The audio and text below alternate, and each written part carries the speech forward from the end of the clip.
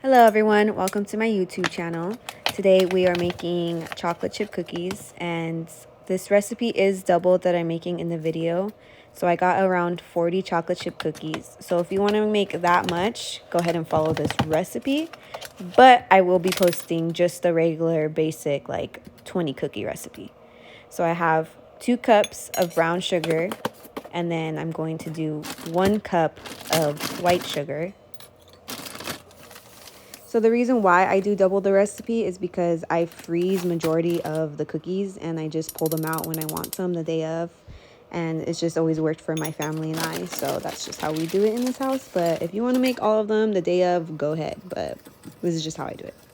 So once I get the brown sugar and white sugar measured out, I just give it a good mix together. Doesn't have to be perfect because, it's just going to get mixed again in the mixer, but I just like to give it a good mix so it can be well incorporated. So now we are going to move on to the flour, and I'm going to be measuring out 4 cups of all-purpose flour, and then I'm going to be doing 1/3 cup as well, but I'm doing 2 1/3 cups since I am doubling the recipe. So that's a 2 1/3 right there.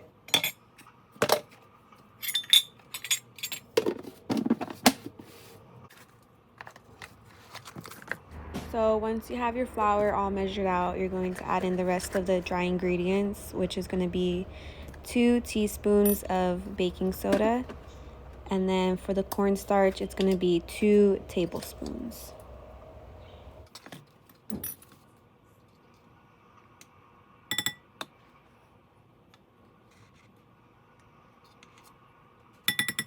And last, you're going to add in 1 teaspoon of salt.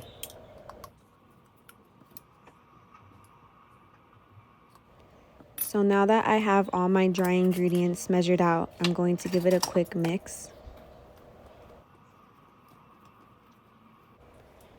So now I'm going to move on to the eggs, and I have 2 whole eggs and 2 egg yolks. And you want the eggs at room temperature. You also want to make sure you have the butter at room temperature, and you just want to make sure that the butter is nice and soft, pretty much squishy when you go to touch it. So once it's to that point, you're ready to use it.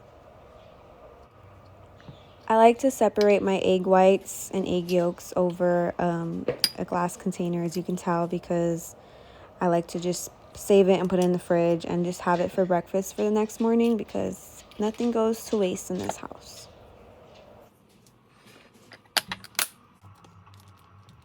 So now we're going to move on to the beautiful mixer process. And what I'm doing, I'm just adding the butter in. I'm doing 3 sticks of butter at room temperature.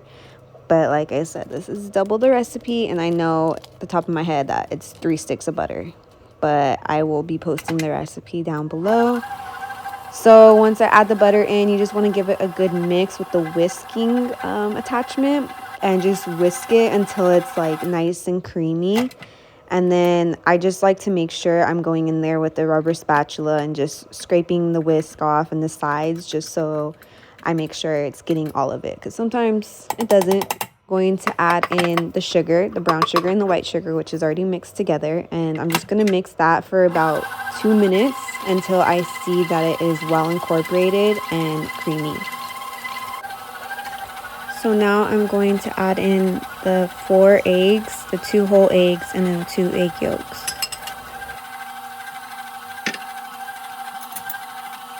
And I'm going to add in the vanilla extract. There's 2 tablespoons of vanilla extract.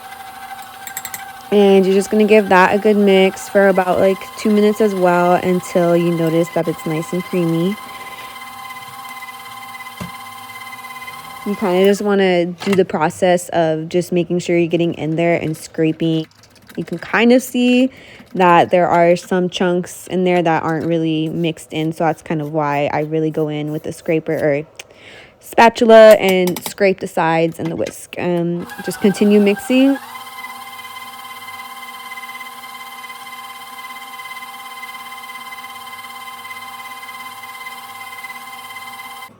So once I see that it's nice and creamy and well mixed together, I'm just going to slowly start adding in the flour. I just did 2 cups right there, and then I'm just going to continuously add in the flour that we already measured out. So I'm doing at least 1 cup at a time, but whatever you feel comfortable with, I just, slowly add it in.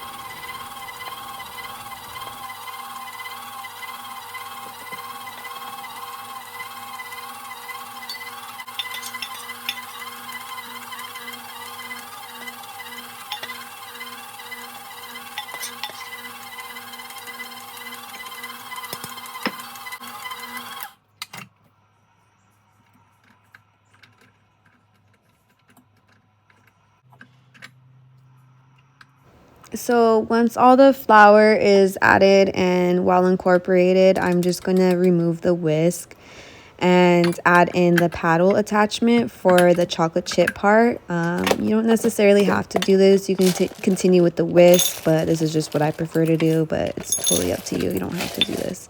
I just find that it just gets it well together and it gets the whole dough off of the sides. You'll see, like, it just comes off the sides right there. So that's the kind of consistency I'm looking for.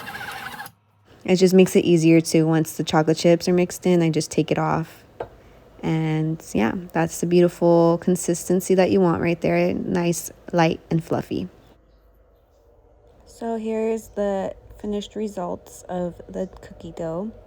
And I'm just weighing them out. It doesn't have to be exactly, but I just weighed between like 1.8 to 2.0, just because I would like to have a good consistency, especially when I'm baking it and I am freezing them.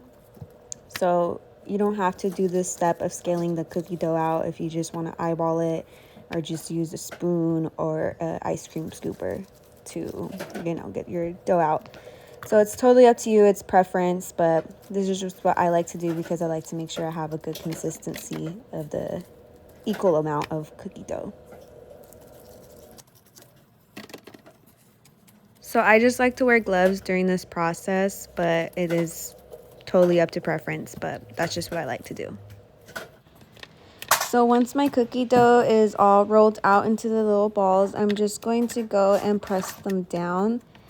Just because I am, like I said, freezing these, so I just want to make sure that they don't stick together and I have more room in my bag. And just because sometimes I notice, like, if they're in the ball, they won't flatten out all the way in the oven, so I just prefer to press them down like this.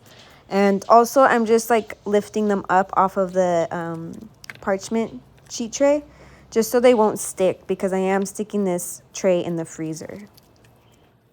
So if you don't plan on freezing your cookie dough and you want to make it the day of, still do this process, but just stick them in the fridge for about an hour. And then you're going to preheat your oven to 325, and you're just going to pull the cookies out and let them get to room temp while your oven's preheating. So there's my son helping me put the cookies in the freezer. He loves to help mama. So I put mine in the freezer for about an hour just because I was busy with the baby boy. But they can sit in the freezer for about 35 to 40 minutes. But obviously if they're in there for an hour, they're perfectly fine. So the reason why you would want to put them on a tray and freeze them or put them in the fridge is so they could be in the form that you want them in, and so they won't stick together if you do plan on freezing them. So that's why I do this step. So when I do freeze them in the bag that they're putting them in, they won't stick together. All right, so I have in my bag right here is 2 trays of frozen cookies. And all I'm doing is just putting them back in the freezer because that's what I'm going to be grabbing from when I'm ready to bake them. So now I'm going to move on to the cookies that I'm going to be making for today. And what I'm doing is I'm just sticking them in the fridge for an hour and let them sit in there. And when I'm ready to bake them, I preheat my oven to 325 and I pull the cookies out while the oven is preheating. And here is the end result. Oh my goodness, these were absolutely amazing. I hope you enjoyed this video and thank you for watching.